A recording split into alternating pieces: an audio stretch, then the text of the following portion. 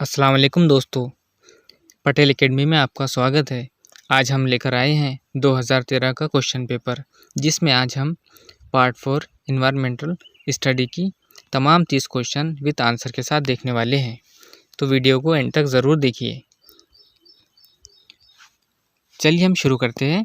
हमारा पहला क्वेश्चन जो पेपर में क्वेश्चन नंबर 121 से शुरू होता है। ज़ुबान का सुर्ख होना, जिल्द खुरदुरी होना जैसे अमराज के इलाज में डॉक्टर मरीज़ की ग़िज़ा में कौन सी चीज़ें शामिल करने की सलाह देते हैं। ऑप्शन हम पढ़ेंगे। आंवला, लीमू, संतरे, अखवा वाले अनाज, दूध, सौर्ख liver oil, cod liver oil, दालें, पत्तेदार सब्जियां, दूध। और ऑप्शन 4 में है पत्तेदार सब्जियां, पके हुए फल, गाजर, पपीता, दूध वगैरह। तो जो यहाँ पे बीमारी बताई गई है ज़ुबान का सुर्ख होना और जिल्द खुरदुरी होना, इसमें विटामिन की कमी और ग़िज़ा की कमी की वजह से ये बीमारी हो सकती है। इसलिए इसका सही ऑप्शन नंबर 3 दालें, पत्तेदार सब्जियां और दूध है। इसमें विटामिन और प्रोटीन्स होते हैं, इसलिए ऑप्शन 3 हमारा सही ऑप्शन होगा। अगला क्वेश्चन देखेंगे हम। झैल के मुतबादिल में हैवानात को उनकी आम तौर पर हयात की उतरती तरतीब में रखने पर शुरू से दूसरे मकाम पर आने वाला हैवान कौन सा। इसका सही ऑप्शन रहेगा ऑप्शन नंबर 1 शुतुरमुर्ग। शुतुरमुर्ग हमारा सही ऑप्शन है। अगला क्वेश्चन देखेंगे हम। गुन कीड़ा यानी सोन कीड़ा किसके लिए मुफीद होता है। ऑप्शन पढ़ेंगे हम इसके। पहला ऑप्शन है रेशम की देखभाल या निगरानी के लिए। ऑप्शन 2 है कीड़ों की देखभाल या निगरानी के लिए। ऑप्शन 3 है शहद की मक्खी के छत्ते के निगरानी के लिए। ऑप्शन 4 है कीड़ों पर काबू पाने के लिए। तो इसका सही ऑप्शन 4 कीड़ों पर काबू पाने के लिए होता है। अगला क्वेश्चन देखेंगे हम। इंसानों के कितने दांत गिरकर दोबारा नए दांत आते हैं। ये इम्पोर्टेंट क्वेश्चन है, ये रिपीटेड क्वेश्चन होता है, ये पूछा जाता है बार बार। इंसानों के कितने दांत गिरकर दोबारा नए दांत आते हैं। इसका ऑप्शन नंबर 2 20 20 दांत गिरकर दोबारा आते हैं। अगला क्वेश्चन देखेंगे हम। पीतल के बर्तन कौन से धातु की मिलावट से तैयार होते हैं। पीतल के बर्तन कौन से धातु की मिलावट से तैयार होते हैं। तो ये जस्त और तांबा से मिलकर तैयार होते हैं। जस्त और तांबा से मिलकर पीतल के बर्तन तैयार होते हैं। अगला क्वेश्चन देखेंगे हम। झैल के मुतबादिल में मुनासिब बयान कौन सा। अब यहाँ पर ये एप्लीकेशन बेस्ड क्वेश्चन होते हैं, इसको हम खुद ही समझ जाते हैं। ऑप्शन में ही हमको हमारा आंसर नज़र आता है। पढ़ के हमने जैसे ही हम उसको देखते हैं वैसे ही हमें ऑप्शन टिक हो जाता है। इसका सही ऑप्शन नंबर 3 कुछ बैक्टीरिया नुकसानदा और कुछ फ़ायदेमंद होते हैं। कुछ बैक्टीरिया नुकसानदा और कुछ फ़ायदेमंद होते हैं। यहाँ पे हमने पहला क्वेश्चन इस पहला ऑप्शन पढ़ेंगे तो हम समझ जाएंगे सभी बैक्टीरिया नुकसानदा होते हैं, ये तो हो नहीं सकता। तमाम बैक्टीरिया फ़ायदेमंद होते हैं, ये भी पॉसिबल नहीं है। और ऑप्शन 4 में देखेंगे बैक्टीरिया और वायरस मसावी जसामत के होते हैं, ये भी पॉसिबल नहीं है। तो इसके लिए हमारी स्टडी नहीं भी रही तो हम यहाँ पर ऑप्शन में से ही हमारा सही ऑप्शन सिलेक्ट कर सकते हैं कि कुछ बैक्टीरिया नुकसानदा होते हैं और कुछ फ़ायदेमंद होते हैं। अगला क्वेश्चन देखेंगे हम। स्टेनलेस स्टील में कौन से मादे से चमकीलापन आता है। स्टेनलेस स्टील में कौन से मादे से चमकीलापन आता है। तो इसका आंसर है ऑप्शन नंबर 1 निकल से। अगला क्वेश्चन देखेंगे हम। जौहर में इलेक्ट्रॉन की कमियत प्रोटॉन और न्यूट्रॉन के मुकाबले में कितनी होती है।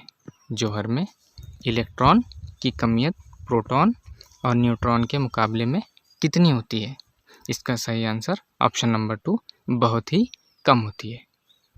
इलेक्ट्रॉन की कमियत ये दोनों के मुकाबले में बहुत ही कम होती है। अगला क्वेश्चन देखेंगे हम, ज़ैल के मुतबादिल में कुदरत का सफाई कामगार कौन है? ज़ैल के मुतबादिल में कुदरत का सफाई कामगार कौन है? इस तरीके के क्वेश्चन में ऑप्शन चेंज होते रहते हैं। हम जब भी क्वेश्चन ऐसा है तो ऑप्शन को समझकर सही आंसर को टिक करना है। यहाँ पर हमारा सही आंसर दीमक है। दीमक यहाँ पर हमारा सही आंसर है, जो ऑप्शन नंबर 3 में है। अगला क्वेश्चन देखेंगे हम, एल्यूमिनियम के जौहर में 13 प्रोटॉन, 14 न्यूट्रॉन और 13 इलेक्ट्रॉन होते हैं। तो एल्यूमिनियम का जौहरी कमियत अदद कितना होगा? उन्होंने यहाँ पे उसके दे दिए कितने न्यूट्रॉन, प्रोटॉन और इलेक्ट्रॉन होते हैं, लेकिन उसका जौहरी कमियत का अदद कितना होगा? इसका सही आंसर ऑप्शन नंबर 3 27 होगा। ऑप्शन नंबर 3 27 होगा। अगला क्वेश्चन देखेंगे हम, शमसी बरकी खाने का इस्तेमाल करके ज़ैल में कौन से मकामात पर बर्क मुहैया की जा सकती है?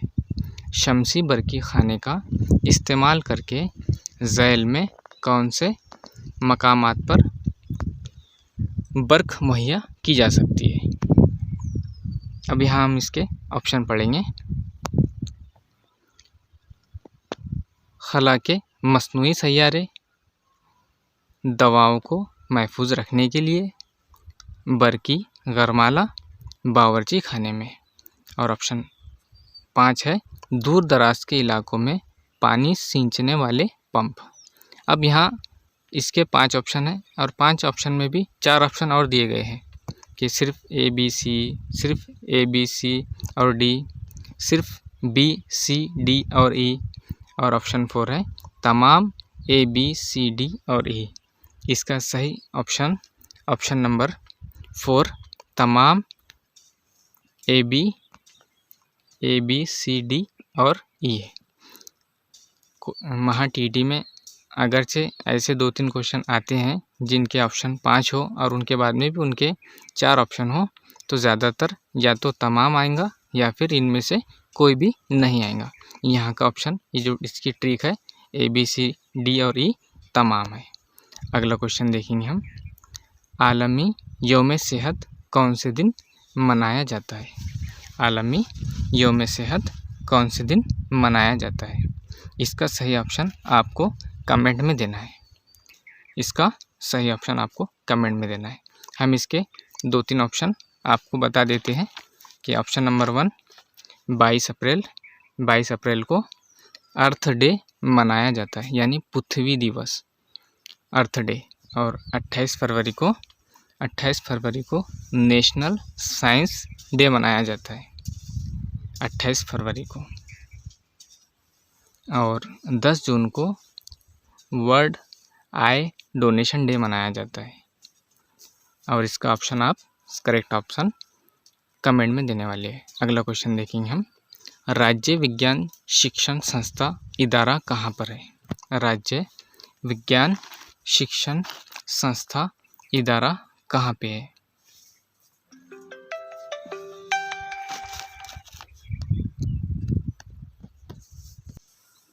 इसका सही ऑप्शन नंबर 2 नागपुर है। अगला क्वेश्चन देखेंगे हम, ज़ैल में से कौन सा बयान सही है? माहौली निज़ाम में तुफैली जानदार ये ग़िज़ा साज होते हैं। माहौली निज़ाम में सारिफ ये दूसरी सतह पर होते हैं। गोश्त खोर जानदार ये दूसरी सतह के सारिफेन होते हैं। सब्ज़ी खोर जानदार ये माहौली निज़ाम में सबसे ऊंची सतह पे होते हैं। इसका सही ऑप्शन नंबर 3 गोश्त खोर जानदार ये दूसरी सतह के सारिफीन होते हैं। अगला क्वेश्चन देखेंगे हम मरकज़ तरीके से साइंस के निसाब में ज़ैल के मुतबादिल में से कौन सा जुज़ आएगा? हम मरकज़ तरीके से साइंस के निसाब में ज़ैल के मुतबादिल में से कौन सा जुज़ पहले आएगा? इसका सही ऑप्शन नंबर 3 मादे की खुसूसियात है। मादे की खुसूसियात पहला जुज़ आएगा। अगला क्वेश्चन देखेंगे हम, ज़ैल में दिए हुए मुतबादलात में समाजी मुसलह और उन्होंने कायम किए हुए इदारों के नामुनासिब जोड़ी कौन सी है? इसका सही ऑप्शन नंबर 2 पंडित ईश्वरचंद विद्यासागर। इन्होंने आर्य समाज नहीं कायम किया। यहाँ पे नामुनासिब जोड़ी पूछी गई है, मुनासिब जोड़ी नहीं पूछी गई है। पंडित ईश्वरचंद विद्यासागर ये आर्य समाज नहीं तामीर किए। अगला क्वेश्चन देखेंगे हम। जवाबी ताउन का ऐलान करने वाले ज़ैल में से कौन से हैं? जवाबी ताउन का ऐलान करने वाले ज़ैल में से ऑप्शन नंबर 3 लोकमान्य तिलक है। लोकमान्य तिलक ने जवाबी ताउन का ऐलान किया। अगला क्वेश्चन देखेंगे हम। मोरम्ब देव का किला और खेलता किला, इनको छत्रपति शिवाजी महाराज ने बिल तरतीब कौन से नाम असर-ए-नौ दिए? इसका सही ऑप्शन नंबर 1 रायगढ़ और विशालगढ़ है। रायगढ़ और विशालगढ़ इनके पुराने नाम मोरम्ब देव का किला और खेलता किला था। अगला क्वेश्चन देखेंगे हम। दर्ज झैल में शिवाजी का अष्टप्रधान मंडल 8 मिनिस्टर्स और उनके फ़राइज़ का सही जोड़ कौन सा है? यहाँ पे सही जोड़ पूछा गया है और अष्टप्रधान पर मिनिमम 2 मार्क्स के 2 क्वेश्चन आते रहते हैं, इसलिए अष्टप्रधान का जो टॉपिक है उसको आपको स्टडी करके पक्का कर लेना है। हम सिर्फ अष्टप्रधान पर भी एक वीडियो बना देंगे जो 1 मिनट में 2 नंबर कवर करवा सकते हैं। इसका सही आंसर ऑप्शन नंबर 2 सचिव। सचिव का काम रहता था शाही ऐलान की तैयारी करना। सचिव का काम अष्टप्रधान में शाही ऐलान की तैयारी करना। अगला क्वेश्चन देखेंगे हम। इंसानी इर्तिका में सीधी हड्डी वाला इंसान झैल के मुतबादलात में से कौन सा है? ये भी अहम सवाल है और हमेशा के लिए भी ये जनरल नॉलेज का अच्छा सवाल है। इंसानी इर्तिका में सीधी हड्डी वाला इंसान झैल के मुतबादलात में से कौन सा है? इसका सही ऑप्शन नंबर 4 होमो इरेक्टस है। होमो इरेक्टस सीधी हड्डी वाला इंसान, यानी सीधा खड़े रहने वाला इंसान, जो कदीम ज़माने में पाया जाता था, जिसका नाम वहाँ रखा गया, जिसकी 1,19 लाख साल पहले की बताई जाती है हिस्ट्री। अगला क्वेश्चन देखेंगे हम। ज़मीन पर सूरज मशरिक में तुलू होता है और मगरिब में गुरूब होता है। ज़मीन पर सूरज मशरिक में तुलू होता है और मगरिब में गुरूब होता है। इसकी वजह क्या है? इसके ऑप्शन पढ़ेंगे हम। ज़मीन अपने महवर पर मशरिक से मगरिब की जानिब गर्दिश करती है। दूसरा ऑप्शन है ज़मीन अपने महवर पर मगरिब से मशरिक की जानिब गर्दिश करती है। तीसरा ऑप्शन है ज़मीन अपने महवर पर गर्दिश करते हुए सूरज के गिर्द गर्दिश करती है। और चौथा ऑप्शन है सूरज की ज़ाहिरी गर्दिश की वजह से। अब हम यहाँ इसका सही ऑप्शन देखेंगे। इसका सही ऑप्शन नंबर 2 ज़मीन अपने महवर पर मगरिब से मशरिक की जानिब गर्दिश करती है। अगला क्वेश्चन देखेंगे हम। झैल के मुतबादलात में से कौन सी मीठे पानी की झील नहीं है? हम एग्ज़ाम के प्रेशर में जब हम अपना क्वेश्चन हल करते हैं तो हम वहाँ इसको क्वेश्चन को ध्यान से नहीं पढ़ते। ये नहीं का क्वेश्चन है, इसलिए इसको और भी ध्यान से पढ़ना होता है। इसका सही ऑप्शन नंबर 2 साबर। ऑप्शन नंबर 2 साबर है। ये जो झील है मीठे पानी की झील नहीं है। अगला क्वेश्चन देखेंगे हम। झैल के अरकान का मसावी ताल्लुक़ पहचान कर सवाल हल कीजिए। अब यहाँ पे ताल्लुक़ देख रहे हैं हम कि अलीबाग रायगढ़ है, तो मशरिकी बांद्रा मुंबई मुज़ाफ़ात में आता है। मशरिकी बांद्रा मुंबई मुज़ाफ़ात में आता है। अगला क्वेश्चन देखेंगे हम। झैल में से नामुनासिब बयान कौन सा है? झैल में से नामुनासिब बयान कौन सा है? ये भी नामुनासिब नहीं के सिक्के वाला सवाल है। इसका सही ऑप्शन ऑप्शन नंबर 2। यख और बर्फ़ की खुसूसियात मसावी होती है, ये ऑप्शन यहाँ पर गलत है और गलत ही हमारा सही ऑप्शन है, क्योंकि हमें नामुनासिब बयान पूछा है। अगला क्वेश्चन देखेंगे हम। मरकज़ी इक़्तिदार वाली रियासत आसाम की सरहद से कुल कितनी रियासतों की सरहदें मिलती है? मरकज़ी इक़्तिदार वाली रियासत आसाम की सरहद से कुल कितनी रियासतों की सरहदें मिलती है? अब आसाम की सरहदों से 7 रियासतों की सरहदें मिलती है। हमारा सही ऑप्शन ऑप्शन नंबर 1, 7 रियासतें सही होगा। अगला क्वेश्चन देखेंगे हम। सदर ये डैश डैश डैश नहीं होते हैं। सदर ये डैश डैश डैश नहीं होते। अब हमको देखना पड़ेगा कि सदर क्या नहीं होते। मुल्क के हकीकी आला नहीं होते। सदर मुल्क के हकीकी आला नहीं होते। अगला क्वेश्चन देखेंगे हम। रियासती आइन के मुताबिक तालीम ये मज़मून कौन सी फहरिस्त में शामिल है? हमारा जो रियासती आइन है उसके मुताबिक तालीम का मज़मून कौन सी फहरिस्त में शामिल है? तो ये मुत्तफ़िक फहरिस्त में शामिल है। अगला क्वेश्चन देखेंगे हम। ज़ैल के मुतबादिलात में से गुरोह में शामिल न होने वाला मुतबादिल कौन सा है?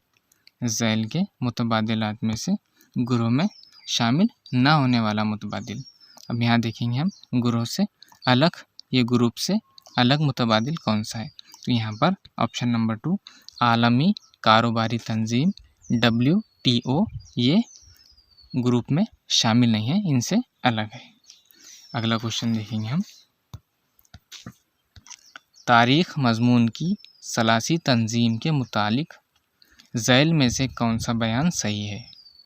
तारीख़ मज़मून की सलासी तंजीम के मुतालिक ज़ैल में से कौन सा बयान सही है? इसका सही ऑप्शन ऑप्शन नंबर 2 सियासी, समाजी और माली तकसीम करने पर इसे मज़मून के मुताबिक तंजीम कहते हैं। सियासी, समाजी और माली तकसीम करने पर इसे मज़मून के मुताबिक तंजीम कहते हैं। ऑप्शन नंबर 2 हमारा सही ऑप्शन है। अगला क्वेश्चन देखेंगे हम, जो हमारा आखिरी क्वेश्चन है। ज़ैल में से माहौल के अरकान के मुतालिक कौन सा बयान सही है? ज़ैल में से माहौल के अरकान के मुतालिक कौन सा बयान सही है? ऑप्शन नंबर 3 हमारा सही ऑप्शन है। गांव, शहर ये समाजी अरकान है। गांव, शहर ये समाजी अरकान है। तो दोस्तों, इस तरह हमने आज के EVS के सेशन के 30 PYQs क्वेश्चन देखे हैं और उनके साथ ही साथ आंसर भी देखे हैं और एक्सप्लेनेशन भी देखे हैं। उम्मीद करता हूँ ये सेशन आपकी प्रिपरेशन को और स्ट्रॉन्ग बनाएगा। अगर वीडियो पसंद आई है तो लाइक शेयर कीजिए और कमेंट में आपके आंसर ज़रूर बताइए।